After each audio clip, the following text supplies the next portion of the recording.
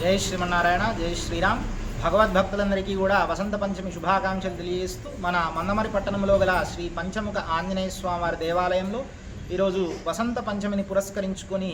ఈ వసంత పంచమి అంటేనే మనమంతా కూడా అత్యంత శుభప్రదమైనదిగా భావిస్తూ ఉంటాం. అందున ఈ వసంత పంచమి నాడు మన ఆంజనేయ స్వామి వారి జన్మించినటువంటి పూర్వాభాద్ర నక్షత్రంతో కూడినటువంటి వసంత పంచమి రావడం, అట్లాగే శుక్రవారం రావడం, ఇదంతా కూడా చాలా శుభప్రదమైనదిగా భావించి మన మందమరి పట్టణంలో ఉండేటువంటి మహిళా మాతలందరికీ కూడా మన ఆంజనేయ స్వామి యొక్క అనుగ్రహాన్ని అందించాలనే ఉద్దేశం చేత, ఎట్లాగైతే మన హనుమంతుడు సీతా అమ్మవారి యొక్క సౌభాగ్య వృద్ధి కొరకు, అట్లాగే మన రామచంద్రుడి యొక్క క్షేమం కొరకు అమ్మవారి కేవలం నుదుట సింధూరం ధరిస్తేనే ఆ యొక్క రాముడు చల్లగా ఉంటాడు అని చెప్పినప్పుడు, ఆ ఆంజనేయ స్వామి కేవలం నుదుట ధరిస్తేనే చల్లగా ఉంటే నేను తనువునంతా కూడా ధరించుకుంటాను నా రాముడి కోసం అని చెప్పినటువంటి హనుమంతుడు, అంటే సౌభాగ్య వృద్ధికారకుడుగా ఉన్నటువంటి ఆంజనేయ స్వామి యొక్క అనుగ్రహం మన మందమరి పట్టణంలో ఉండేటువంటి మహిళా మాతలందరికీ కూడా అందించాలనే ఉద్దేశం చేత ఈ రోజున